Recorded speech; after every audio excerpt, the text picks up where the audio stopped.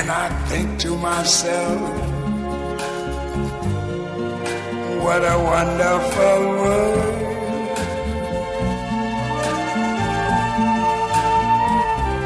I see skies of blue. Bienvenidos al canal de la Lista Naranja en YouTube. La intención el día de hoy es hacer una conferencia con todos ustedes, no solo con los que están en este momento conectados, sino también con aquellos que nos van a ver, que probablemente sea la mayoría, cuando esté grabado el video de esta conferencia. En primer lugar, me gustaría presentar a los colegas que están sentados junto conmigo. La traductora Susana Baima, traductora de inglés, Emilio Lloveras, traductor de inglés también, y quien les habla, Ricardo Neidich, traductor público de danés y sueco. En esta oportunidad vamos a hablar un poquito de quiénes somos también, qué hacemos en la Lista Naranja, de dónde provenimos. Tenemos experiencia de muchos años en la historia del colegio. Todos nosotros hemos participado en cursos, en asambleas, en las comisiones. Hemos participado también en el Tribunal de Conducta y en el Consejo Directivo. Hemos sido presidentes del colegio, hemos ocupado otros cargos también. Aunque hace 12 años que ninguno de los que integran nuestra lista ha formado parte del Consejo Directivo. Hecha la presentación, entonces vamos a hablar un poquito de la situación del traductor. El traductor público, según la imagen y quién la transmita, vamos a ver que tiene realidades diferentes.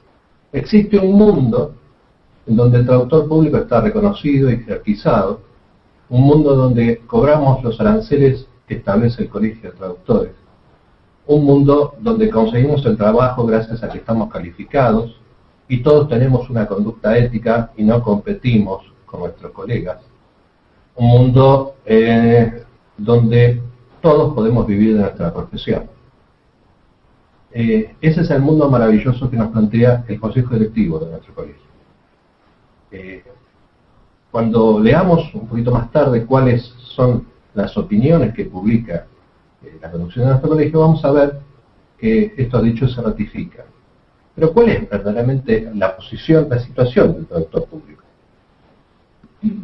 En realidad, la mayoría de nosotros, y nosotros tres también somos prueba de ello, ninguno, o el porcentaje es bajísimo, no más del 5%, vive de esta profesión. Sobre 7.000 matriculados inscriptos, difícilmente haya 700 que vivan exclusivamente de la traducción pública.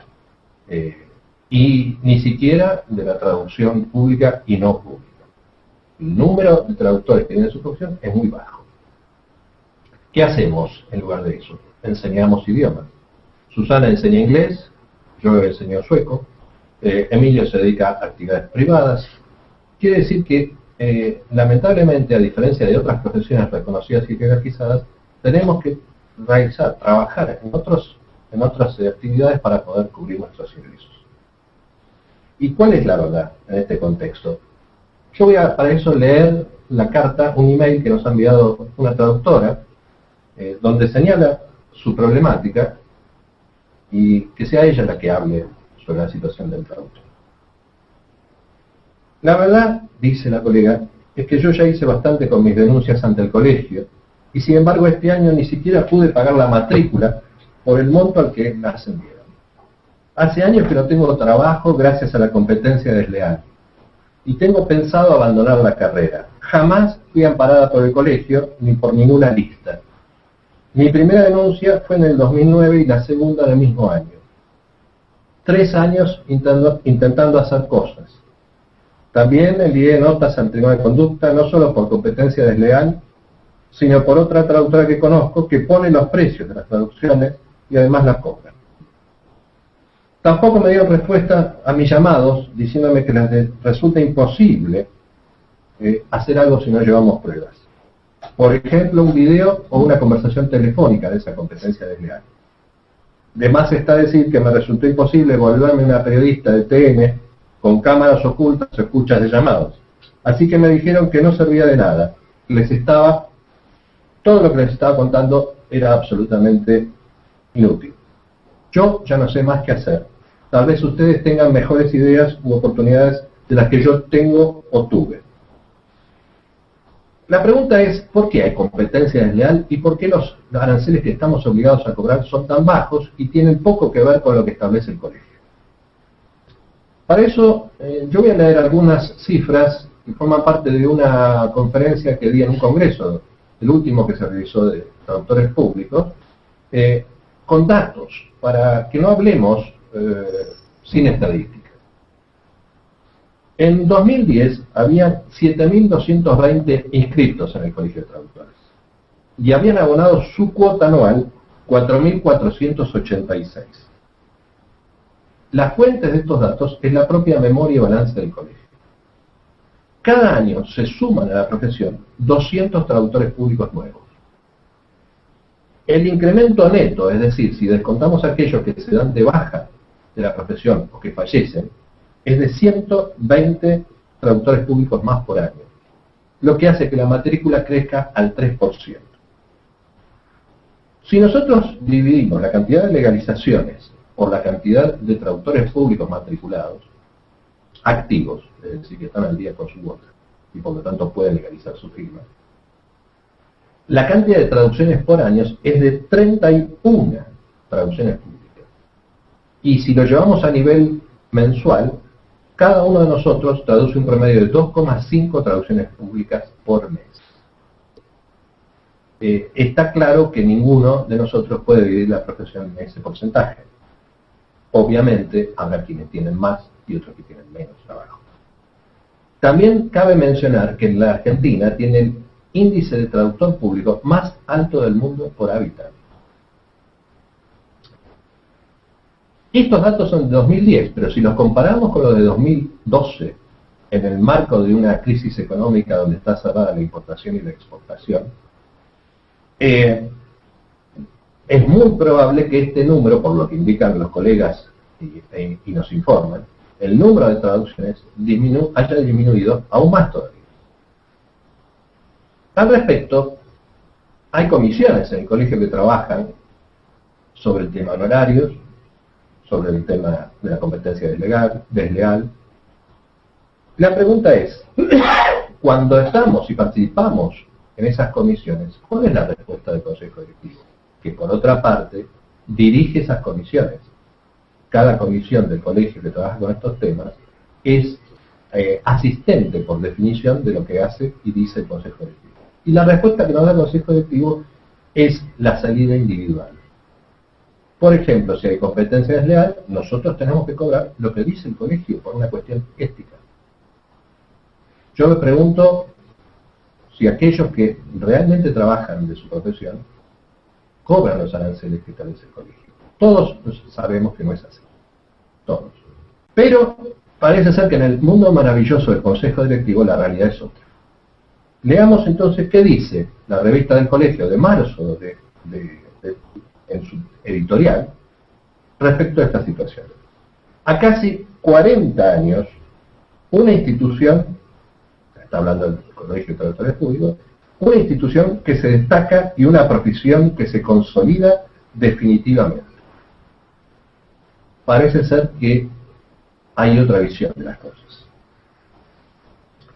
Y veamos el mensaje desesperado de otra colega que nos escribe y nos dice: tampoco creo que el año entrante abone mi matrícula, ya que día tras día nuestro trabajo disminuye porque nadie cobra los supuestos aranceles publicados debido a la competencia desleal, ya que nunca se luchó por el arancelamiento serio, fijo y obligatorio como los escribanos. Y agrega la colega: traducir un balance de cierre de ejercicio de una multinacional con un beneficio de 90 millones de euros y que nos paguen 350 pesos porque son 2 hojas, me parece una vergüenza. O aún peor, que legalizar nuestra firma cueste 80 pesos cuando hay colegas que cobran las hojas 50. En este contexto, hasta ahora habíamos tenido un colegio rico, con recursos, un colegio que nunca había tenido problemas económicos, porque tenía un mercado cautivo. Nuestras traducciones son todas legalizadas en el colegio. Y eso genera una masa de ingresos muy importante.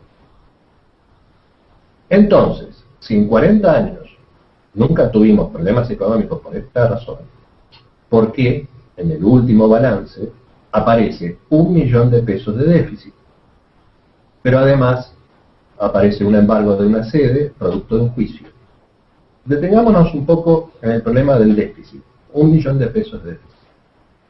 El Consejo Directivo atribuyó el déficit al bajo nivel de legalizaciones de italiano. A pesar de eso, continuaron viajando, realizaron gastos, hasta que una asamblea, la asamblea donde informaron de ese déficit, les planteó que esta situación no podía seguir. La respuesta del Consejo Directivo ante esa crisis fue aumentar la cuota anual. ¿Y cómo aumentó la cuota anual? De 150 a 400 pesos. ¿Cómo interpretó el Consejo Directivo el pago de esa cuota anual que hicimos todos nosotros? Porque si no pagamos la cuota anual, no nos legalizan. Bueno, el Consejo Directivo tiene una lectura muy particular. Y leo: los traductores pusieron el hombro, y eso refleja el compromiso que el matriculado tiene para con el colegio que lo protege, prestigia y acompaña en su desarrollo profesional constante. Evidentemente el Consejo Directivo vive en un mundo propio, muy diferente al del matriculado aquí. Pero, convengamos algo, este Consejo Directivo no fue impuesto por golpe de Estado. Este Consejo Directivo ganó las elecciones hace 4 años por una diferencia de 4 o 5 votos. Y como ellos mismos dicen, hace 2 años hubo una renovación parcial y ganó la elección nuevamente el oficialismo con más del 50% de los votos. Entonces, si nosotros sabemos, porque esta no es la primera vez que la presidenta del colegio preside esta institución, es la segunda, y está vinculada al colegio desde hace muchos años, desde el año 96. Sí, entonces han llegado y ganado legalmente las elecciones, como corresponde, y esto está reconocido. ¿Es responsabilidad solo del Consejo Directivo o es responsabilidad nuestra de que esta situación sea la que es? Dice otra colega en una carta que nos envía: hace ya tiempo que no recibo revistas del colegio y que nadie se comunica conmigo. Las noticias sobre deudas y embargos que me llegaron este año me llevaron a no renovar la matrícula. Seguiré sin renovarla si no se pagan las deudas y si no hay transparencia en la gestión y en la oposición. Obvio, la colega tiene razón, somos todos responsables, tanto el oficialismo como la oposición y los matriculados independientes, aquellos que pagan su cuota normalmente, también son responsables, porque acá hay un punto: de los 7.000 matriculados, en las elecciones votan 500, y en las asambleas no van más de 150. En el maravilloso mundo del Consejo Directivo, el Consejo vuelve a insistir en su visión de la vida y de la profesión y nos dice, en julio de 2010, el colegio crece de manera real y sostenida y es un referente del estricto cumplimiento de la ley 20.305 y nos invita a disfrutar de la frondosa actividad institucional. Frondosa actividad institucional. ¿Qué hace el colegio? Tiene una gran oferta de cursos, una gran oferta de actividades extracurriculares, concursos literarios, de pintura, actividades para niños. Todas las actividades que realiza el colegio son para adentro. Incluso cuando hace un planteo ante alguna institución que no respeta la ley 20.305, lo hace por las vías diplomáticas correctas. Jamás vamos a encontrar en los medios de comunicación una opinión crítica de nuestro consejo respecto a las instituciones que no respetan la 20.305. Parece ser que no hay interés en aparecer en los medios tal como lo hacen los abogados cuando opinan sobre una ley, o los profesionales de ciencia económica cuando tienen que dar su opinión sobre la política económica del país, o los mismos escribanos frente, por ejemplo, a la situación del mercado inmobiliario. Nosotros no estamos en los medios y tendríamos que preguntarnos por qué. ¿Por qué queremos un colegio cerrado?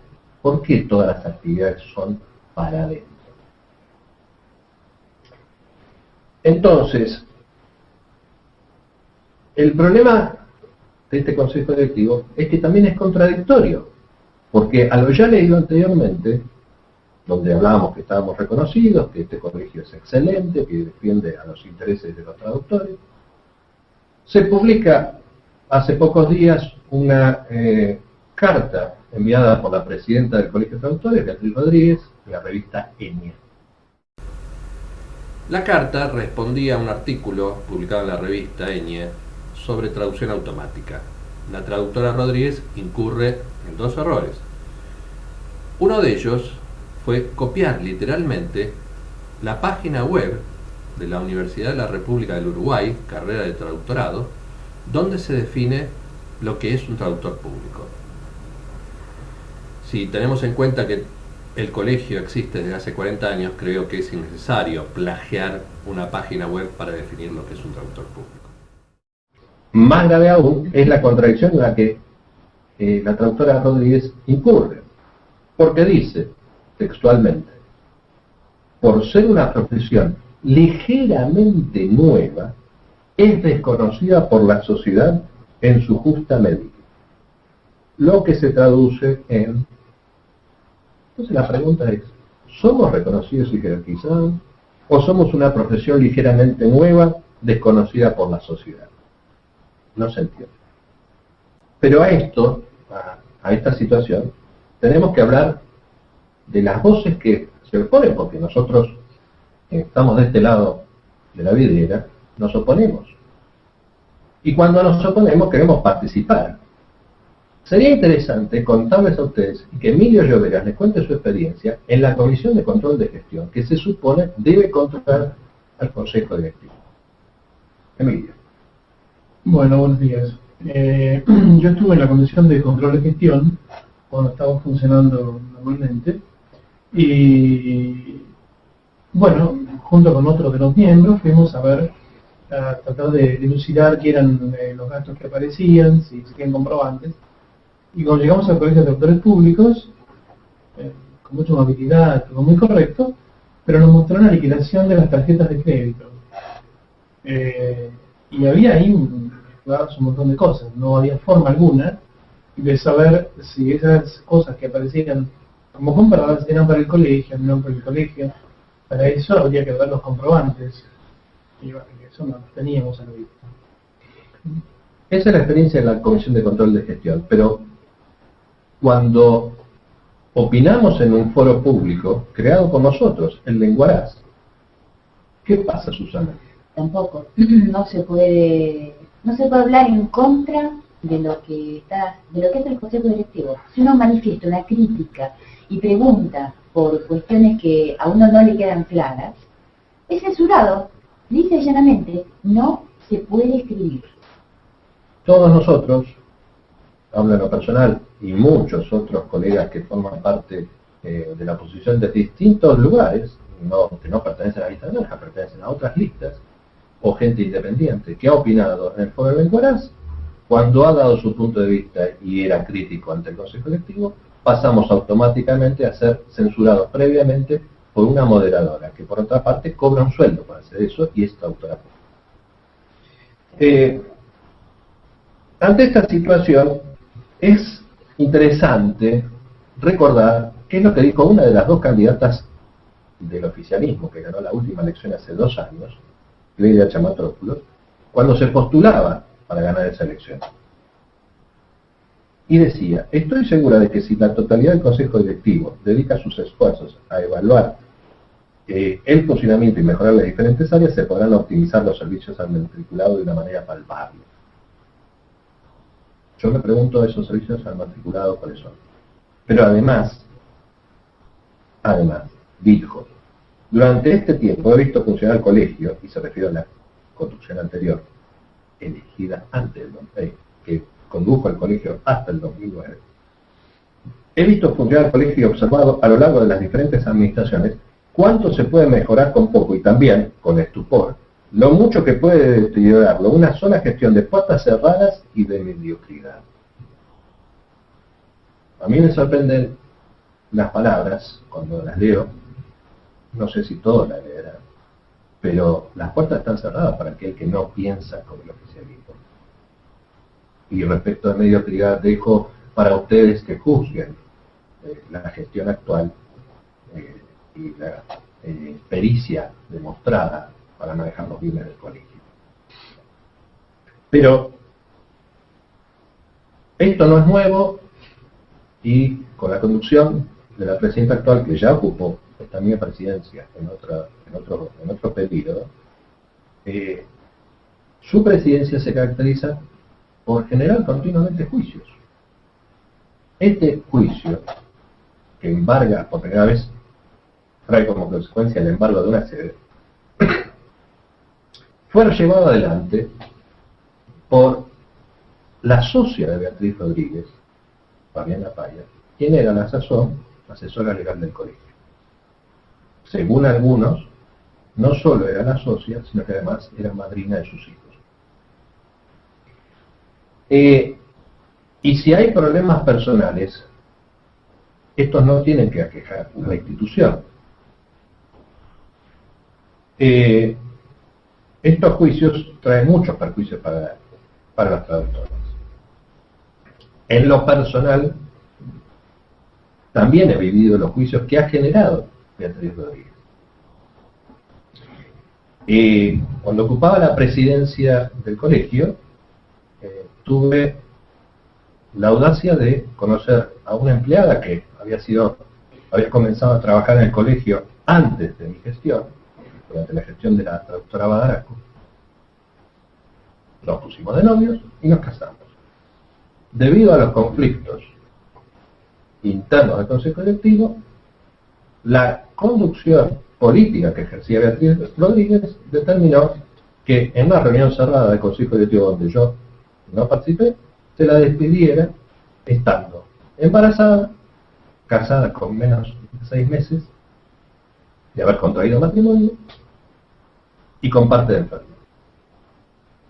En su momento yo deslindé todas las responsabilidades de ese despido por las consecuencias que iba a traer para el colegio, que efectivamente las trajo, porque el gasto que tuvo debimos pagarlos entre todos.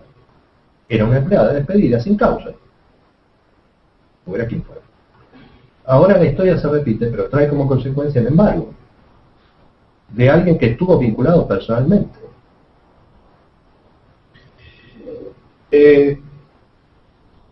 Yo creo que cuando uno ocupa un cargo de institución tiene que ser muy cuidadoso con el patrimonio de esa institución. No es el patrimonio de uno. Uno no es el dueño del colegio.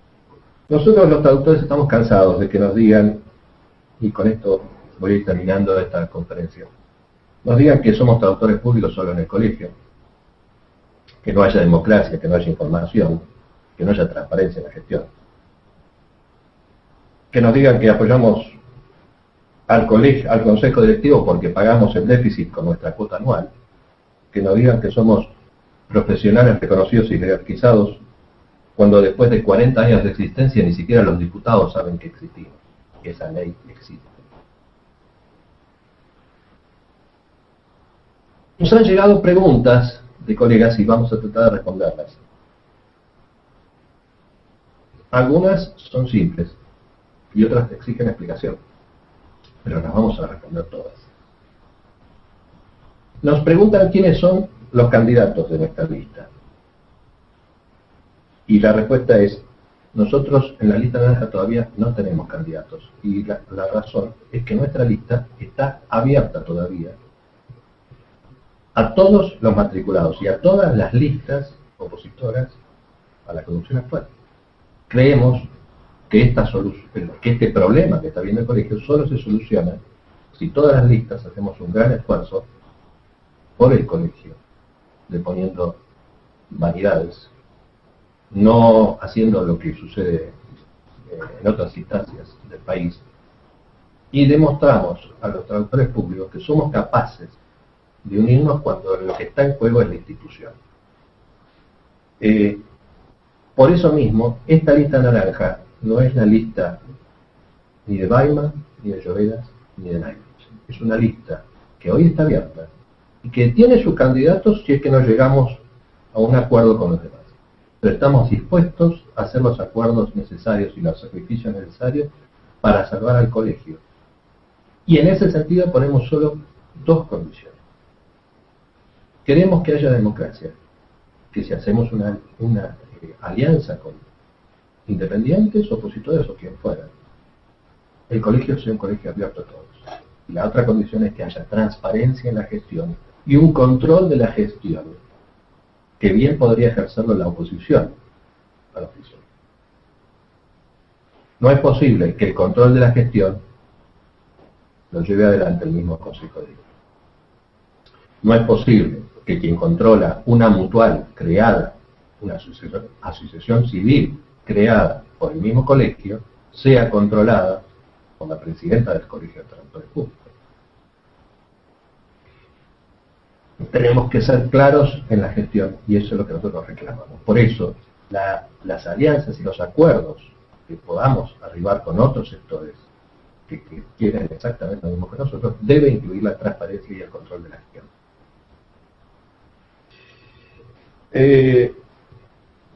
Eso en cuanto a los candidatos. Y por último, una pregunta que hace la personal. Algunos matriculados nos han escrito y nos han dicho, nos parece muy bien lo que dice la lista naranja, pero ahí está el traductor Neidich, que está cuestionando. Y que en una de esas cartas dice que durante la gestión del traductor Neidich hubo irregularidades. Es cierto. Pero hasta hoy yo no tuve la oportunidad de realizar mi descargo público. ¿Cuál es la verdad? ¿Es como dice el Consejo Directivo? El Consejo Directivo dice, el citado Neidich también inició una intervención judicial motivada por inexplicables pensamientos de confabulación en su contra por parte del entonces Consejo Directivo, intervención que nunca tuvo éxito, ya que el mismo fue intimado por el juez interviniente a cumplir con sus funciones, tal y como siempre debió hacerlo. Otra vez el mundo maravilloso del Consejo Directivo. Esta no es la verdad. La verdad es que había irregularidades que se cometían en el Consejo Directivo y yo era el presidente de ese consejo. Y no podía permitir que esas irregularidades continuaran sin que yo las denunciara. Por eso, el que fui a la justicia para denunciar irregularidades y no confabulaciones, fui yo. ¿Y qué pedí? ¿La intervención del colegio? No. La intervención de la caja del colegio, porque por ahí pasaban las irregularidades. ¿Y qué hizo el juez interviniente con la prueba presentada? Nos dio una medida cautelar por la cual se intervino la caja de legalización. Pero, y acá viene el pero, y la explicación donde dice que el juez me intimó. ¿Qué le pasa a todo aquel que en la Argentina denuncia irregularidades? Ustedes conocen lo que pasa en este país. Quien denuncia una irregularidad es el que se tiene que ir. Y eso es lo que pasó. Aquellos que cometían irregularidades en una asamblea con 170 votos, 150 votos, decidieron que el que debía irse al colegio era yo. Y esto es lo que pasa habitualmente en la sociedad, no es nada nuevo. Basta ver con lo que pasa en el país. Y esto es lo que no se tiene que refletir. Pero hay que decir la verdad, hay que decir las cosas como son. Con esto no queremos aburrirlos más. Esperamos recibir de ustedes sus comentarios e insistimos en que esta lista está abierta a todos con la sola condición de que en el hipotético caso de que podamos conducir el colegio para rescatarlo de la situación en que se encuentra, lo hagamos con transparencia y con un control efectivo de la gestión. Les agradecemos mucho la atención y esperamos estar en contacto con ustedes muy pronto. Muchas gracias. Buenos días.